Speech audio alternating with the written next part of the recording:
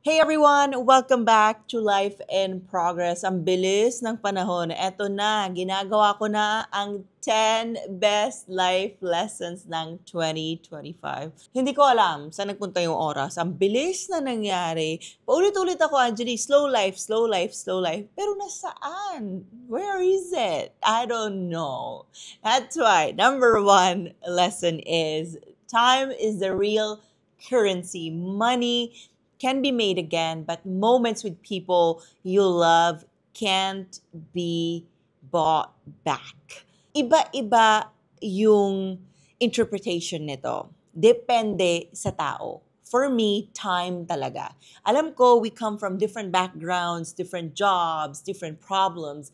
So probably, hindi to applicable sa lahat. And that is okay. That is the beauty of life. Kanya-kanya tayo, iba-iba tayo. For a lot of people, syempre, kailangan alam ko yung mga privileges ko. This is coming from my privilege na pinaghirapan ko naman. And of course, like ko naman to inaamin na hindi naman ako galing sa walang-walang-walang. And hindi ko i-discredit yung family ko. That's why for me, time is the real currency.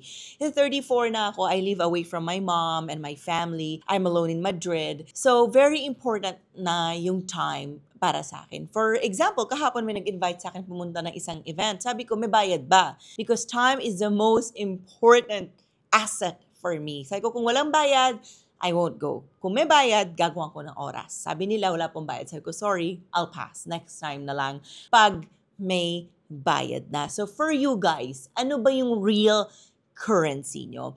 Yung pera, nandyan naman yan eh. Again, this is coming from a privilege. Pero yung oras, di na yan babalik. Once it's gone, it's gone. Adios. Number two is health pa rin over hustle. No 20s ko, hustle yun. Ngayon 30s ko, health na. In fact, sinabi ko din to sa isang friend ko noong nakaraan na parang, I am willing to give up traveling for my health. Kasi yung traveling, wala na yung pagka-high ko sa traveling eh. No, parang meron ako noong 20s. Again, this is coming from a privilege kasi nagawa ko na. Ngayon, yung health, also actually a privilege. Ako naniniwala ako, everything in life, everything that we have, kanya-kanya tayo, it's a privilege.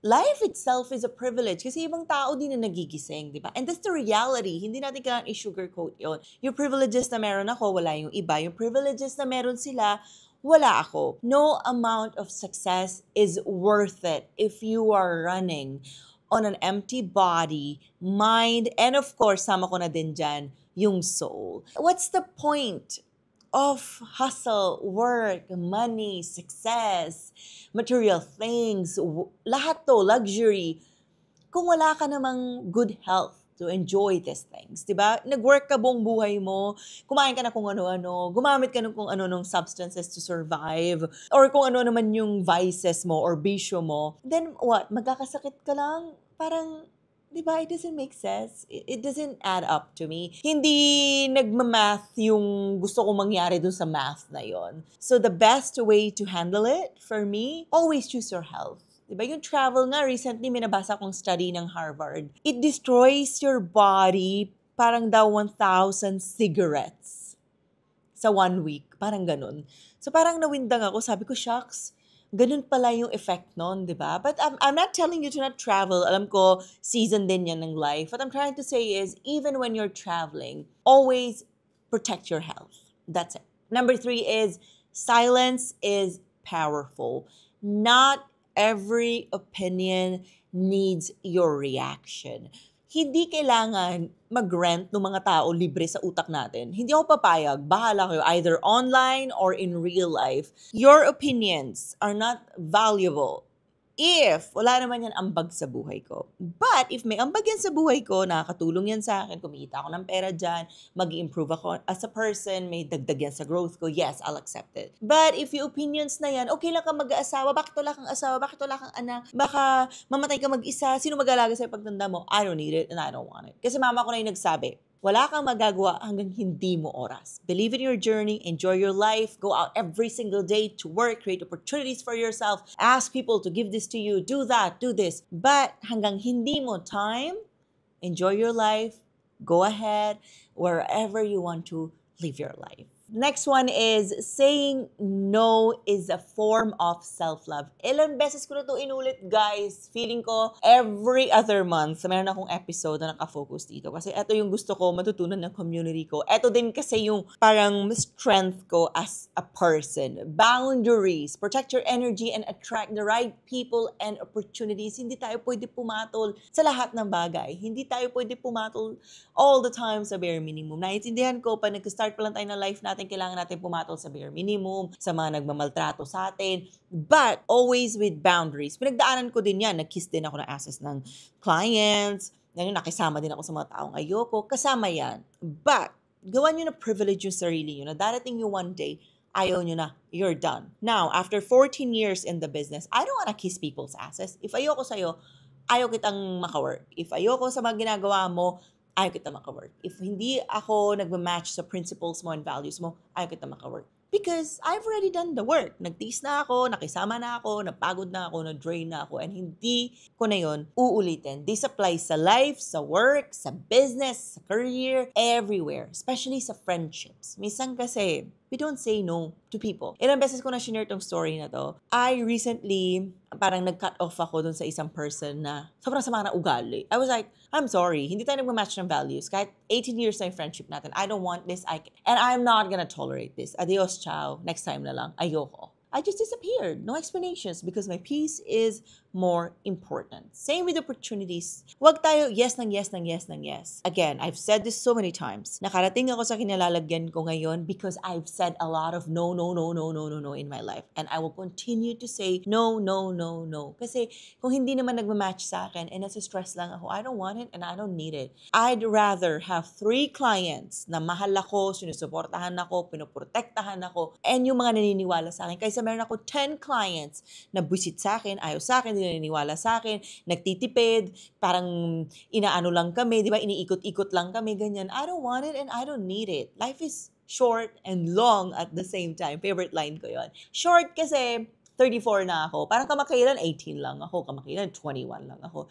Kaya kapag may tao nagsasabi, why 34 ka na pala? Sabi ko, once I was also 20. I was 21, I was 22. Yun yung minsan nakakalimutan ng mga tao. Hindi naman naging ganito na lang ako, Angeli of Access. Once I was also a young girl. I was also a 16-year-old girl trying to survive, learn from life, enjoying the ride. Oh, sarap balikan. Babalikan ko nga yung mga photos ko mamaya. Sarap tingnan eh. Next lesson naman natin is, comparison will kill your joy. Paulit-ulit ko to pinapaalala sa inyo, guys. Stay in your lane, your pace, your story, your timeline. Again, your time will come. Sana sa 2026 matutunan nyo paniwalaan etong saying na to. Your time will come. Believe in your journey. Kasi kung kayo mismo ang hindi naniniwala sa sarili nyo, ibubuli kayo ng ibang tao, hindi sila maniniwala sa inyo, they will question your decisions. That's why you focus on self-work in 2026. Wala nang comparison.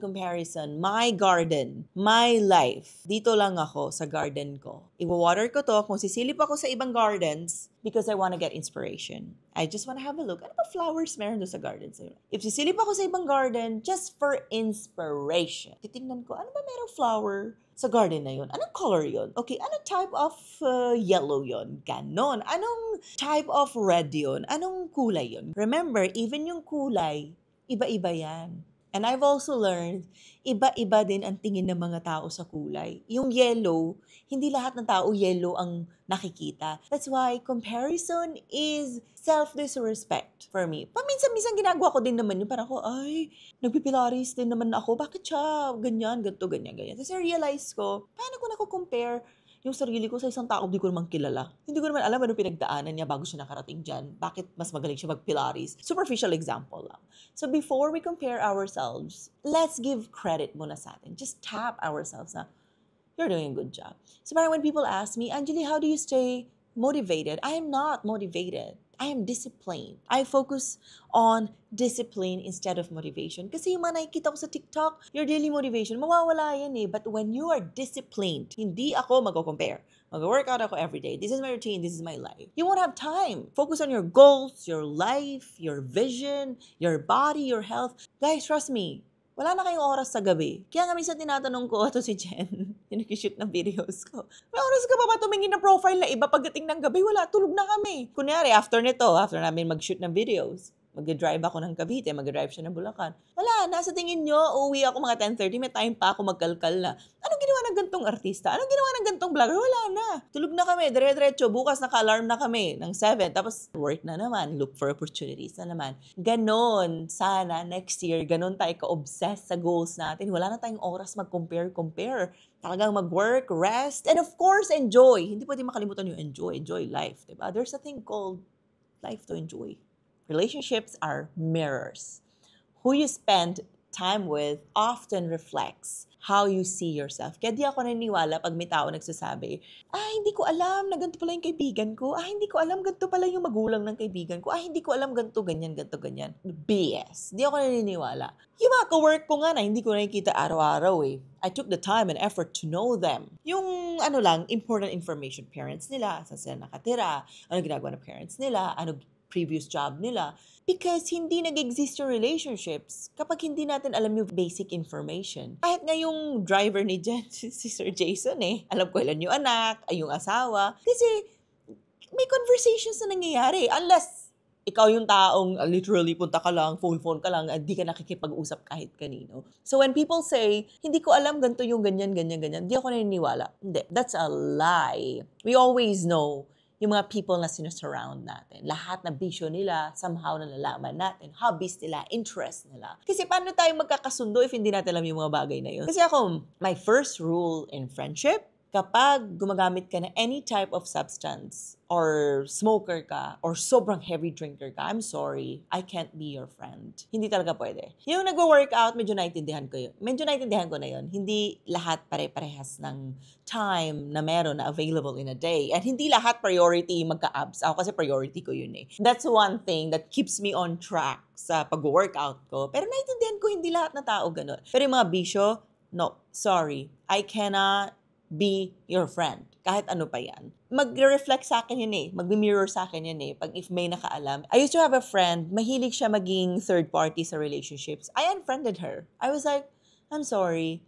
My morals are so important to me. I cannot accept this. Once mo ginawa, okay, tatanggapin ko mistake. But it's your pattern. Every other year may bago kang man. And third party ka lagi.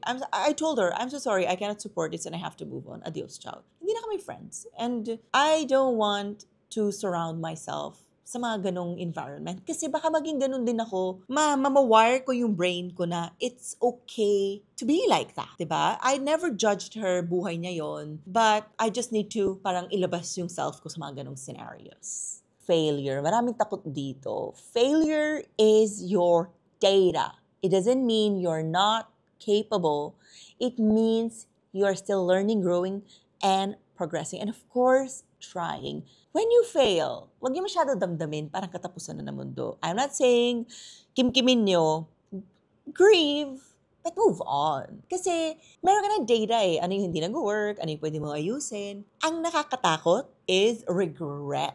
Yung hindi mo na talaga siya ginawa. Yun yung mas nakakatakot. If I'm being honest, di ko na nga naalala kailan ako na-fail. Naalala. Pero tandang-tanda ko ano yung mga bagay na nag-regret ako na di ko ginawa. And this is one thing, we're leaving na. We're not bringing this sa 2026. We're done with this. Ayaw na natin yan. Sa 2026, magiging mas matapang pa tayo, mas malakas, and try lang na try. As Mirza Season said, dun sa book niya, walang mawawala guys. Sobrang pangit ng feeling yung nagsisisi kaysa ma-failure. Trust me, a year from now, let's say na-fail kayo today, di yun na yan maaalala. Pero regret, habang buhay niyo yan dala-dala. Number 8 is, money is freedom, not identity. Build it, enjoy it, but don't let it define your worth. I love money. Slave nga ako ng money. Yun nga itawag ko sa sarili ko Money is a tool for freedom. Hindi siya everything. Money can't buy us a lot of things, but pwede natin siya gamiting tool. Example, gusto natin magpakasal. So, kailangan natin ng pera doon. Gusto natin mag-anak, kailangan natin ng pera doon. Gusto natin mag-create na podcast, kailangan natin ng pera doon. So, tool siya. So, technically, money makes us happy. Not literally, hindi yung parang sinampal niyo ko ng pera, pero sige, pwede. Magiging happy ka na. We need to know how to use it. Kasi I know a lot of people with so much money, but they're miserable. Kasi ginamit nila ng wrong way yung tool na yon. Mga closest friends ko to, As in, miserable sila. Kasi yung pera, ginamit nila sa maling paraan. And di na sila makabalik. So addiction, babae o lalaki, ginamit nila sa mga ganon. Parang hindi na sila maka-attract. So for me, ang atake ko talaga dyan is build it. If you have a business, keep on building it. And of course, enjoy it. 20s ko, I built my Access Travel, but I also enjoyed. I traveled. Nung nag-30s na ako, ngayon na lang ako nag-designer na things kasi parang deserve ko na medyo di na ako nag-travel masyado. Kaya yung mga tao nagsasabi sa akin, dati di ka naman naka-Zimmerman, di ka naman naka-Bottega. Parang, girl, dati di ko rin afford. Dati di ko rin kaya bilhin yun. Dati di ko kaya maglabas sa ganong kalaking pera sa isang bag. Siyempre ngayon, nag-progress na, nagkaroon ng financial freedom, easier na. Pag kasi pera mo, hirap ilabas di ba? Ngayon 30s ko, in-enjoy ko na yun. Kasi I built my business na. Ngayon parang maintenance na kami and expansion. But, siyempre, gusto ko rin enjoy yung pera ko, di ba? Pinaghirapan ko yun Ano naman gagawin ko na sa bank? Baka mategi ako in a couple of years. We never know, right? That's how I live my life. Maybe that's something all of us can bring sa 2026. That's one of my strengths. I build, I work hard, and I enjoy. Sabi nga nung isang nakausap ko na tao, eat like you don't have money para hindi ka mag-gain ng weight, but enjoy life like an Arab. Sabi ko, sige, gagawin ko yan. So parang tumatak na siya sa isip ko. Up next naman is gratitude. Siyempre, when we already have all these things, boundaries, self-love, self-respect, relationships, friendships, material things, career, business, gratitude changes everything. Focusing on what's good will always, always rewrite your brain to notice more of it. When we are grateful for things, kahit malilit na bagay lang, after ko mag-record nito, papamasahe ako. And looking forward na talaga ako kasi parang sobrang thankful ako. Tapos ko na yung araw na to na nag-workout ako ng 3 oras, nakipag-meeting ako, nagpasweldo ako, nag-check-in ako, mag-celebrate kami ng birthday na isang teammate ko, and nakapag-record pa ako ng mga podcast. I'm just grateful na I have the power and I'm so healthy to do all these things, and I have the time to do all these things because time is so valuable because some people don't have it because they work. They have to go through all this traffic, bagyo, baha. Yung time, I'm so grateful for it na sobrang luwag ng oras ko and I can do whatever I want. Lastly, joy is found in simplicity. The best moments often cost nothing. Sunsets, laughters, sunrise din kung gusto nyo, deep talks, stillness, peace, working out. Pwede yung takbo. You can run somewhere. Walang bayad yun. These things are free. Invest in your joy.